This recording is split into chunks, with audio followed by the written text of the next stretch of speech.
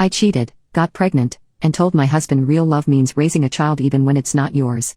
When he said no, my family labeled him heartless, and now the guy I cheated with won't even claim the baby I blew my marriage over. I got pregnant last spring. My husband was over the moon. We've been trying for 2 years and nothing worked, so when I finally got those 2 lines he cried actual tears of joy. His mom started buying baby clothes immediately. His dad started building a crib in their garage. Here's what I didn't tell anyone. 3 months before I got pregnant, I slept with someone else. Just once. My husband traveled for work constantly and I felt lonely, and the guy from my gym was paying attention to me in ways my husband wasn't anymore. It happened in a hotel room and I felt sick about it immediately after. I blocked the guy's number. I never told anyone. When I got pregnant I convinced myself it had to be my husband's baby. The timing could work. I wanted it to be his so badly that I just decided it was. Everything was fine until I was 7 months along. My husband wanted to do one of those early genetic tests because his family has a history of a specific condition. I tried to talk him out of it. I said we should just wait. But he was so excited about being prepared and knowing everything would be okay that I couldn't find a way to say no without looking suspicious. The results came back and the doctor called us both in. That's when we found out. The baby wasn't his. My husband just sat there. He didn't yell. He asked one question. Who is it? I told him about the gym guy. He stood up and walked out of the doctor's office and I didn't see him again for 3 days. When he finally came home to get his stuff, I begged him to stay. I told him real love means loving a child even when they're not biologically yours. I said people adopt all the time and raise kids that aren't theirs and love them just as much. I told him this baby needed a father and he'd already bonded with them for 7 months. I said if he really loved me he'd find a way past this. He looked at me like I was a stranger. He said you lied to me every single day for 7 months and left. I called my family sobbing. I told them my husband was abandoning me while I was pregnant. My mom called him heartless. My sister posted something vague on social media about men who walk away from pregnant women. My dad actually showed up at my husband's new apartment and tried to convince him to come back. My husband told my dad the whole truth. My dad didn't talk to me for 2 weeks after that. The baby's here now. A girl. She's 2 months old and I'm raising her alone. I tried reaching out to the gym guy through a mutual friend. He told her to tell me he's not interested in being a father and to lose his number. He's engaged now apparently. My husband filed for divorce. It was final last month. At the hearing his lawyer brought up how I tried to deceive him about the paternity and it made me look awful. I barely got anything in the settlement. My family knows the full story now. My sister apologized to my husband on Facebook. My mom sends him apology texts he doesn't respond to. They're all being supportive of me with the baby, but there's this distance now. Like they're helping out of obligation.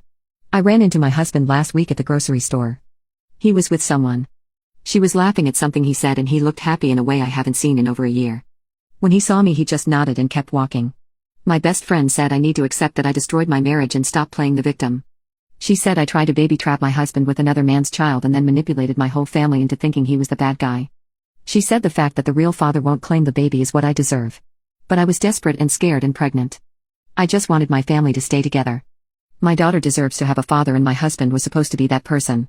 He'd already loved her for 7 months. Was I really wrong for wanting him to see past the biology? Am I a butthole? I posted a few weeks ago and got destroyed in the comments. I deserved it. People told me I was delusional and selfish and a bunch of other things I can't repeat. They were right about all of it. My daughter is 4 months old now. She doesn't sleep. I haven't slept more than 3 hours straight since she was born. My maternity leave ended 2 weeks ago and daycare costs more than I expected. I'm barely keeping my head above water financially. The gym guy, I found out his name is irrelevant because he blocked me on everything. His fiancée posted their engagement photos and they looked disgustingly happy. My ex-husband got engaged last weekend. My sister sent me the Facebook announcement because she thought I should hear it from family instead of seeing it randomly. The woman from the grocery store. They've apparently been together for 8 months. 8 months. He moved on so fast it makes me feel like our entire marriage meant nothing. I made the mistake of looking through her profile. She's a pediatric nurse. She volunteers at animal shelters. In every photo she's smiling and she has this natural warmth that comes through even in pictures. My ex looks at her the way he used to look at me before I ruined everything. The engagement ring is beautiful. Simple and classic. Nothing like the flashy one I picked out when we got married. My mom called me after she saw the announcement. She didn't say I told you so, but I could hear it in her voice. She asked how I was doing and I lied and said I was fine. Then she said he deserves to be happy and I had to get off the phone before I started crying. My best friend stopped talking to me completely after my last post went viral. Apparently someone sent it to her and she figured out it was me. She sent one text that said you're still playing victim and I can't watch it anymore, and that was it. 15 years of friendship gone. I tried to reach out to my ex last week. I sent him a long email apologizing for everything. I told him I understood why he left and that I was sorry for trying to manipulate him and my family. I said I hoped he'd be happy with his new fiancée. I didn't expect a response and I didn't get one. But his lawyer sent me a letter. Apparently my ex wants to make sure I understand that he has no legal or financial obligation to my daughter. The letter basically said to never contact him again and that any future communication needs to go through his lawyer. It was formal and cold and completely justified. My daughter had her 4-month checkup yesterday. The pediatrician asked about the father and I had to explain that he's not in the picture. Not that he's deployed or working overseas or any of the lies I've been telling people. Just that he's not involved. The doctor was professional about it, but I saw the judgment in her eyes. I've been doing the math obsessively. If I hadn't slept with the gym guy, I'd be married right now. My daughter would have a father. My ex would be coming home to us instead of planning a wedding with someone else. I'd have my best friend and my family wouldn't look at me with disappointment every time they visit. One decision. One night. I burned down my entire life. My sister came over yesterday to help with the baby. She was holding my daughter and said she looks just like you, and I don't know why, but that made me cry harder than anything else. Because she does look like me. And she'll never look like my ex because he's not her father, and that's completely my fault. I see posts from my ex's fiancé sometimes. She posted a photo last week of them at a pumpkin patch. He was laughing at something off camera and he looked so relaxed. So free. Like a weight had been lifted. That weight was me. The apartment feels empty even with a screaming baby in it. I thought I'd adjust to being alone, but it's been 6 months since he left and I still reach for my phone to text him about random things before I remember. I still sleep on my side of the bed. My mom asked me last night if I'd learned anything from this. I told her I learned that some mistakes don't get fixed. That sometimes you break something so completely that there's no putting it back together. She just nodded and kept folding my daughter's laundry. I don't know what I expected when I made that first post. Maybe I wanted people to tell me I wasn't the villain. That my ex should have tried harder, or that real love means forgiveness. But I was the villain. I am the villain. And my ex did exactly what he should have done. His engagement party is next month. My sister got invited because she apologized and they stayed friendly. She's not going out of respect for me, but the fact that she was invited at all says everything.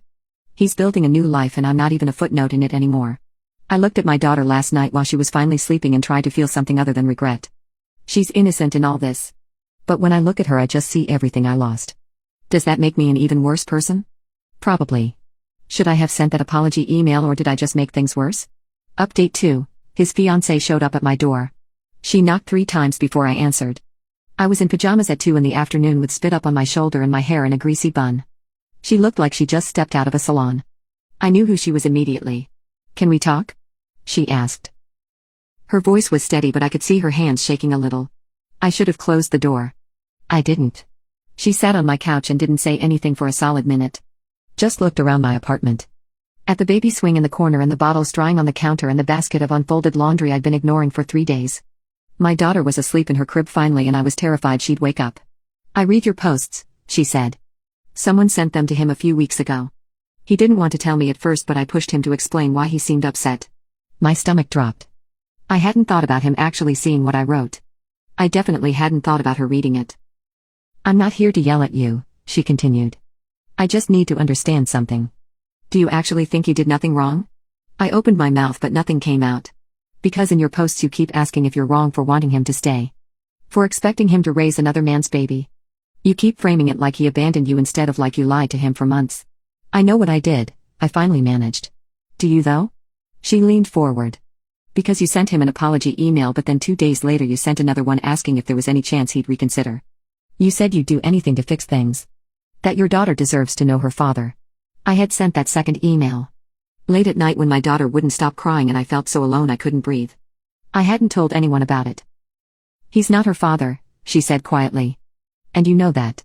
But you keep trying to rewrite reality. I just thought if he could meet her maybe he'd feel something," I said. It sounded pathetic out loud. "You're still doing it." She stood up. "You're still trying to manipulate him. That's why I'm here. To tell you to stop. I'm not trying to manipulate anyone." "Yes, you are. You posted on Reddit knowing people would call him heartless. You painted yourself as the abandoned pregnant wife. You left out that you cheated until people dragged it out of you in the comments. Even your second post is full of you playing victim. Poor you," he moved on. "Poor you, the real father won't step up. Poor you, everyone's disappointed." My daughter started crying from the bedroom. Perfect timing. I need to get her, I said. I'll wait. I picked up my daughter and she immediately stopped crying when I held her. She's good like that sometimes. When I came back out, the woman was looking at a photo on my wall. My wedding photo. I'd been meaning to take it down. He loved you so much, she said without turning around. He told me about your wedding day. How you cried during your vows and he almost lost it. How you danced until 3 in the morning. He said it was the happiest day of his life. I didn't know what to say to that. And you destroyed him. She turned to face me. He had panic attacks for months after he found out. He couldn't sleep. He lost 15 pounds. I met him at his sister's birthday party and he barely spoke the whole night. His family was worried he'd never recover. I didn't mean to hurt him. Yes, you did. Maybe not consciously, but you made a choice. You cheated. Then you made another choice to lie about the baby. Then another choice to try and guilt him into staying. Then you made your family hate him before they knew the truth. Every single step you chose yourself over him. My daughter started fussing again. I bounced her automatically. She's beautiful, the woman said, and her voice softened just a little. I work in pediatrics. I see babies every day. She looks healthy. She is. Good. I'm glad. She picked up her purse. I'm not a cruel person. I don't enjoy this. But you need to hear it from someone. Stop contacting him. Stop posting about him online. Stop acting like you're the wrong party. He's moved on and he deserves to be happy without you trying to pull him back into your mess. Are you going to marry him? I don't know why I asked. Yes. In 6 months. Small ceremony, just family. She walked to the door then stopped. His mom asked if he was sure he didn't want to wait longer. If he was really over you. You know what he said? I shook my head. He said you were a stranger to him now. That the woman he married never existed because she never would have done what you did. So no, he's not hung up on you. He's mourning someone who was never real. She left and I just stood there holding my daughter. I could hear her car start outside and drive away. I sat down and tried to process what just happened. She drove to my apartment to tell me to leave them alone. She'd read everything I wrote. She knew about the emails. My phone buzzed. My sister. Did she really just show up at your place? Ex's fiancé? I called her. How did you know? She texted me to ask for your address. I thought about not giving it, but honestly I figured you needed to hear what she had to say. You gave her my address? Yeah. And I'd do it again. You need to stop this. You're making everything worse. I hung up on her. My daughter fell asleep in my arms. I looked at her little face and tried to see what everyone else sees. An innocent baby. But all I see is the affair. The lie. Everything I lost. Was she right about everything she said? My mom called yesterday morning. She didn't even pretend it was a casual conversation. We think it's best if you don't come to Thanksgiving this year, she said. No build-up. Just straight to it. I was changing my daughter's diaper when she called and I just froze with the dirty diaper in my hand. What are you talking about? Your sister is hosting and she doesn't want any drama. Not with everything that's happened. What drama? I haven't done anything. My mom was quiet for a second. His fiancée called me last week. She told me about the emails you've been sending. About how you showed up at his work. I did go to his office. Once. 2 weeks ago. I just wanted to talk to him face to face because he wouldn't respond to anything else. The receptionist wouldn't let me pass the lobby and he sent his boss down to tell me to leave. It was humiliating, but I needed him to understand that our daughter deserves better than this. She also told me you've been posting about them online, my mom continued. About their engagement. About her specifically. I posted one thing on a private Facebook group for single mothers. I didn't use names. I just vented about how fast he moved on and how his new girlfriend came to my apartment to threaten me. Apparently someone in that group knows someone who knows her and it got back to them anyway. I was just looking for support, I said. You're stalking them. That's what you're doing. And your sister doesn't want that energy at her house. Not with her kids there. I'm not stalking anyone. You went to his workplace. You're posting about them online.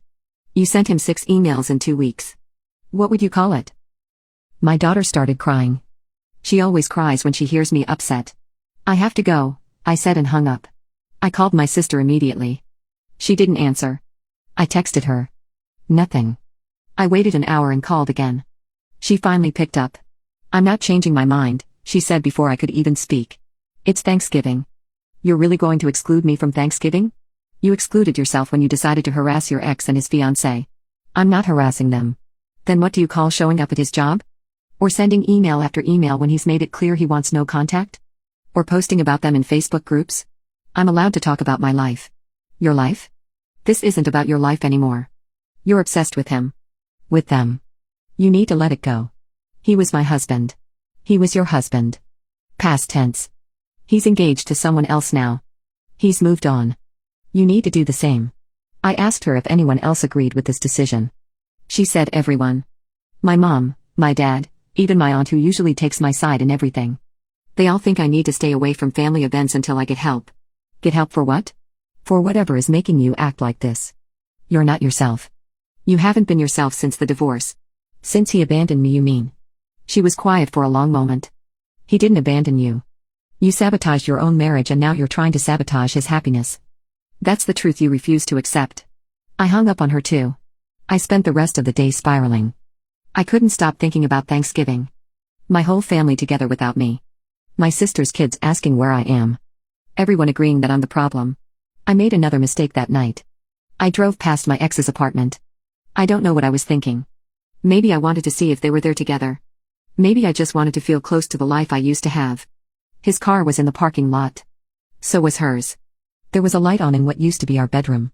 I sat in my car for maybe 20 minutes just staring up at that window. My daughter was asleep in her car seat. I started composing another email in my head. Something about how he got to move on and be happy while I'm stuck raising a baby alone. How that's not fair. Someone knocked on my car window and I almost screamed. It was a security guard. You need to move along, he said. We've had complaints about a car sitting here. I drove home shaking. Someone saw me. Someone called security. That means either he saw me or she did. Or one of his neighbors. They're going to think I'm crazy. They're going to think I'm dangerous. When I got home there was an email from his lawyer. It was sent 2 hours earlier, so he must have sent it before I even went there.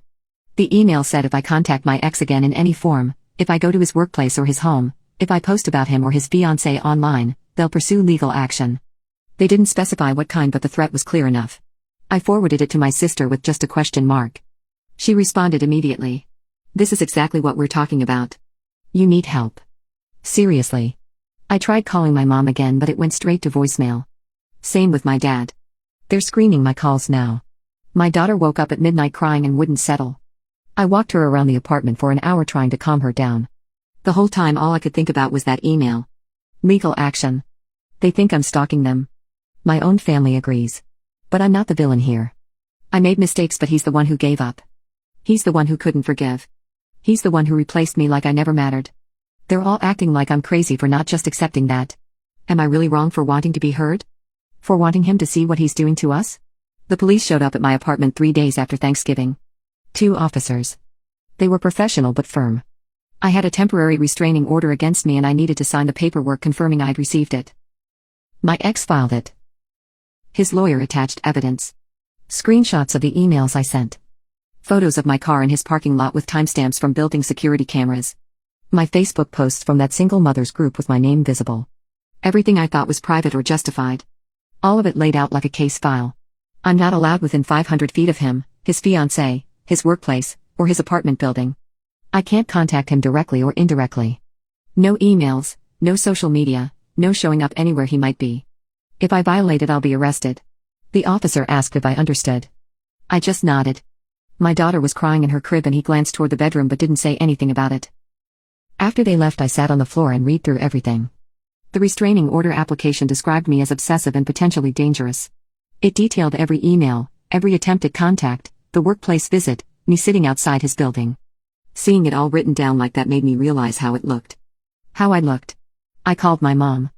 She already knew. My ex's fiancé had contacted her to give her a heads up that legal action was happening. My mom said she wasn't surprised. You need professional help, she said. Not mean, just matter of fact. This isn't normal behavior. You're not coping. I told her I was coping fine. I was just trying to make him understand that he couldn't just walk away from his responsibilities. He's not her father, my mom said quietly. You need to accept that. She has a father. He wants nothing to do with either of you. Your ex-husband has no obligation here. None. I hung up and called my sister. She wouldn't answer. I texted her about Thanksgiving, about how the restraining order proved I wasn't welcome anywhere. She responded hours later. The restraining order proves you need help. Please get it. 2 weeks later I got a call from CPS. Someone reported concerns about my daughter's welfare. They wouldn't say who, but I knew it had to be family. My mom or my sister. Someone who'd seen how I was living. The social worker came to my apartment. It wasn't dirty, but it wasn't clean either. Dishes in the sink. Laundry everywhere. My daughter's bottles weren't sterilized properly. I hadn't been to her last pediatrician appointment. I missed it completely, forgot it was scheduled. The social worker asked about my support system. I said my family was supportive. She asked if they'd been by recently. I couldn't remember the last time. My mom came by maybe 3 weeks ago. My sister hasn't visited in over a month.